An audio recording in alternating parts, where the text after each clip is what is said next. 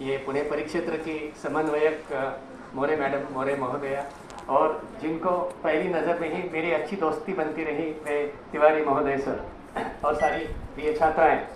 एक सचमुच ही 2 मिनट के लिए मैं इसी कहानी पर बात करने के लिए खड़ा हूँ।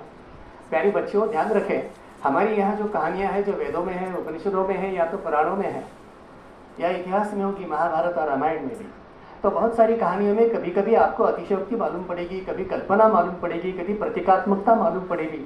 तो ये सारी सिंबॉलिक बातें होती हैं। जब इतनी बढ़िया कहानी आपने कठोपनिषद से अभी सुनी है, नचिकेता और यम की, तो शायद मन में आया होगा कि भाई ठीक है, नचिकेत एक लड़का था तो ऐतिहासिक तथ्य हुआ, उसके पिताजी है ऐतिहासिक तथ्य हुआ, वो गायन का दान देना वगैरह सारा ऐतिहासिक तथ्य है, और जा मैं तुझे यम के लिए दान कर रहा हूँ, यहाँ तक तो ठीक है। लेकिन आगे गया यमराज के पास, तो यम है कहाँ? यम के लैटिट्यूड और लॉन्जिट्यूड क्या है, उनका ज्योग्राफिकल मैप क्या है, कौन से देश में यमराज रहते हैं, कहाँ मिलेंगे ये, उनका कोई भौगोलिक अस्तित्व है? तो ये जो देवताओं का वास होता है ना, एक एस्ट्रल वर्ल्ड में होता है, एक ऐसी दुनिया है जो इस दुनिया से परे है, और वहाँ उनका वास होता है जो गहरे ध्यान से ही पता चलता है। जैसे ध्यान रखें कि इस रूम में अभी ये लाइट है, हाँ, तो इस रूम में जहाँ जहाँ हर एक कण के पास हर जगह लाइट मौजूद है। मेरी आवाज़ गूंज रही है इस रूम में, ये आवाज़ भी हर एक जगह मौजूद है। और यहाँ हमने कोई अगर अगरबत्ती जलाई तो वो भी हर जगह मौजूद है। तो यहाँ का प्रकाश, यहाँ की ध्वनि और यहाँ की सुगंध टकराती नहीं किसी से। आप समझ गए?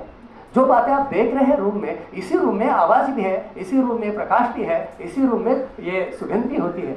उसी प्रकार इस जड़ जगत में भी ऐसा एक एस्ट्रल वर्ल्ड, एक लिंग शरीर जैसा हमारा होता है, वैसा एक लिंग विश्व होता है। लिंग विश्व का मतलब है एस्ट्रल, एब्स्ट्रैक्ट, जो दिखाई नहीं देता। जैसे हम कहते हैं कि प्यार दिखाई नहीं दे रहा, देशभक्ति दिखाई नहीं दे रही, बहुत सारी बातें होती है लेकिन दिखाई नहीं देती। तो इस प्रकार से देवता होते हैं। तो जो मौत की बात, अभी 1 मिनट बचा मेरा, मौत की बात ये जो होती है ना, मौत का मतलब है, अच्छा जी मैडम, मौत के आमने सामने करना एक बहुत बड़ी तपस्या है, और आप जितने युवा है उतनी वो अच्छी कर सकते हैं। जैसे कि हम ध्यान में अपने देवता को सामने रखते हैं, अपने गुरु को सामने रखते हैं, तो आज से हिम्मत करना शुरू कीजिए, मौत पर भी ध्यान करना है, तब आप नचिकेता के वंशज कहलाओगे। मैं खुद यह प्रयोग करता हूँ। जब आप सोने के लिए तैयार हो जाते हैं तब ऐसी कल्पना कीजिए कि मैं मर गई हूँ। आपको अचरज लगेगा, प्रयोग शुरू कीजिए। आप कितना भी कहे, कितना भी महसूस करें, कितना भी एहसास लाने की कोशिश करें, आप अपने मौत की कल्पना नहीं कर पाते। ये स्वामी विवेकानंद जी ने भी कहा था, क्योंकि ये आपकी अमरता का सबूत है कि आप, यानी कि आप अपनी डेड बॉडी देखेंगे, फिर देखने वाला तो कोई है। आप देखेंगे कि आपकी बॉडी से कुछ किया जा रहा है, आप अपनी फोटो देखेंगे जिसको हार लगाया वगैरह वगैरह, और रिश्तेदार हो रहे हैं, ये देखने वाला कौन है, ये सुनने वाला कौन है? मैं कल्पना नहीं कर पाता कि मैं मर गया हूँ। आप अपनी जो अंतरात्मा है, आप शरीर है, मेरा शरीर है, मेरा मन, मेरी बुद्धि, मेरी भावना, मेरा ये, मेरा वो, आप कौन है मालूम है? आप एक पॉलीथीन की बैग है, प्लास्टिक की बैग होती है ना, एक बैग है जिसमें पानी भरा है, 80% पानी, 80% वाटर। साइंस की लड़कियाँ सुन ले, और उसमें थोड़ा कैल्शियम डाला, थोड़ा कार्बन डाला, फॉस्फोरस डाला, आयरन डाला, मैग्नीशियम डाला, और पिशवी को हिला दिया, और उस पर टाइटल रखा doctor Dattatreya Tapkir. We are all water bags with some chemicals in it, and yet we are not only chemicals and water. What are we? कितनी बढ़िया वाटर बैग भगवान ने बनाई है। ये जो प्लास्टिक है, ये अपनी त्वचा है, आहा हा, क्या कॉस्मेटिक लगा कर कितने सुंदर दिखाई दे रहे हो। आपके चेहरे, आपकी हड्डी जो तो कैल्शियम ही है, कार्बन है क्या उसके अंदर, पंचमहाभूत जो सर ने कहे थे। फिर भी मैं कौन हूँ, इसकी कल्पना करनी अपने ध्यान में जाते हुए कि मैं शरीर नहीं हूँ, मैं ये मन नहीं हूँ, मेरे विचार है। आपको ध्यान में देखना है कि विचार आया, चला गया, मैं विचार नहीं बन पाया, मैं विचार के साथ एकरूप नहीं बनना। साक्षी भाव से जब आप देखोगे तब एक गहरा सत्य प्रकट होता है कि जो अपनी आत्मा का है। लेकिन वहाँ जाते वक्त अगर मौत पर चिंतन करे तो जितना मौत पर चिंतन करे उतनी अमरता बढ़ती है। यह फॉर्मूला है।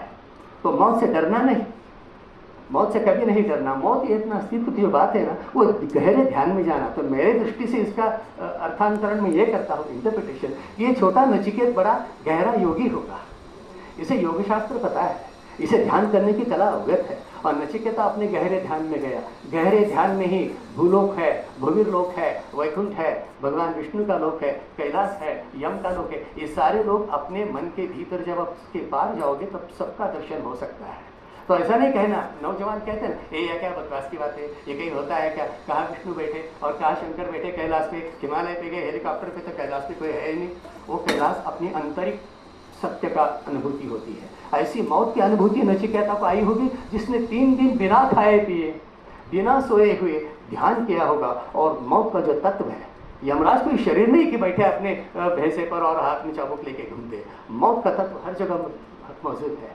जहाँ भी मौत होती है ये तत्व होता है। जैसे सूरज का तत्व है, चांद का तत्व है, हवा का तत्व है, इससे भी परे, इससे भी सूक्ष्म मौत का तत्व होता है, मृत्यु का तत्व होता है। इस तत्व की जान पहचान नचिकेता ने इतने कम उम्र में वो साक्षात कर पाया, मुलाकात कर। हिंदी में साक्षात्कार का मतलब इंटरव्यू होता है। It is an interview with the dead, it is an appointment with one's own self. जब आप योग करती हैं तब आपको आपसे अपॉइंटमेंट लेनी है। मैं पूरी दुनिया से मिलता हूँ, लेकिन दत्तात्रेय आपके से कब मिलेगा? ये जो मिलना होता है अपने आप से मिलना है। तब आपको लगेगा मौत, आपको जो मौत का तत्व है ना, वो आपको शुभेच्छाएं देता है। जब तू इतने गहरे जा रहे हो तो अभी मुझसे डरने की कोई ज़रूरत नहीं। और नचिकेता वो मांग रहे हैं कि क्या है, तुम क्या हो, मौत क्या है, हर एक प्राणी मरता है कि मतलब क्या है। और ये सारा अर्थ उसे अपनी गहरे अनुभूति में प्राप्त हुआ। ये इस कहानी का मतलब है। मुझे अपने अपॉर्चुनिटी दे दी बात करने की बहुत ही खुशी हुई। मुझे बहुत ही हर्ष होता है कि मेरे अपनी स्टूडेंट्स आईटेक की और बाकी सारी स्टूडेंट्स यहाँ आ रही है और नारायणी के इतना बढ़िया कोर्स चल रहा है। तिवारी जी बस बहुत ही मैं खुश हुई है इस पावन भूमि पे जहाँ महर्षि कर्वे जी के चरण घूमे हैं। यहाँ से इसी एरिया में महर्षि कर्वे घूमते थे, वहाँ आपसे सब पढ़ रही है। आपको बड़ी बड़ी शुभकामनाएँ और शुभाशीष देते हैं मैं अपने शब्दों को विराम देता हूँ।